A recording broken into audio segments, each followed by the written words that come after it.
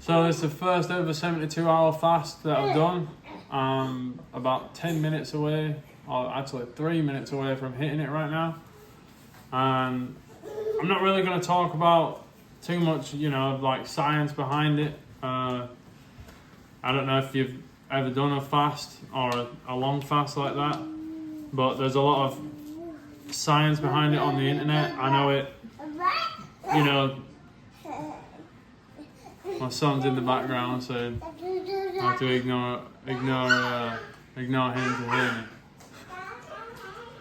But I know the benefits are the reproductive system, obviously reproducing your white blood cells and getting rid of the old ones, your digestive system, and cognitive function too.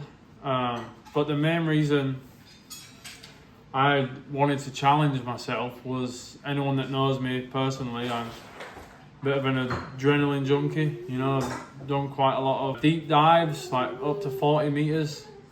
I've swam with sharks, cliff jumping, bungee jumping. I've stepped inside the ring numerous times. I've done half marathons before when I was younger. But I just like putting myself through the challenges and Yeah. Okay. Alright, sorry about that. My son grabbed the tripod and threw it on the floor. Yeah, they hear you. High five. I just like to set myself up for challenges and just push myself in any way, shape or form I can. Now, and also anyone that knows me personally too knows my relationship with food. Like, I eat a lot of food, and I like to eat good food too, and so this has been a real big challenge for me. Another one of the main reasons I did it is because I know I've caught myself, I get hangry.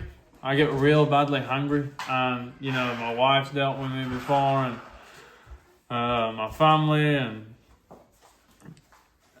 friends too, like I really do get hungry when I haven't eaten for a while. So this was another way to, ever since my son was born, I told myself I'm going to do whatever I can and push myself to become the best version of myself. And obviously you've got to look at that as find your weaknesses. I was emotionally reacting to food, so I had to find a way to do that, and obviously fasting does that for me.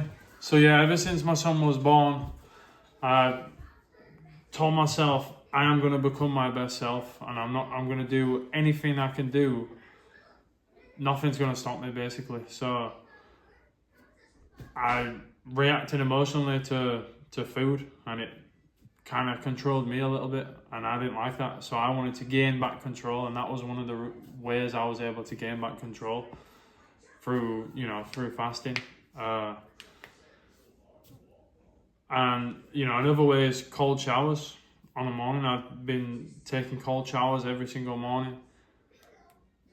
That's to help me with my reactions, but basically just to channel my energy so I'm able to elevate, and stop wasting my energy on things that hold me back and keep me stagnant. One of the main things I've received through doing this is complete and utter mental clarity on my goals throughout the day, and just everything really. Just, I've always been a driven guy, but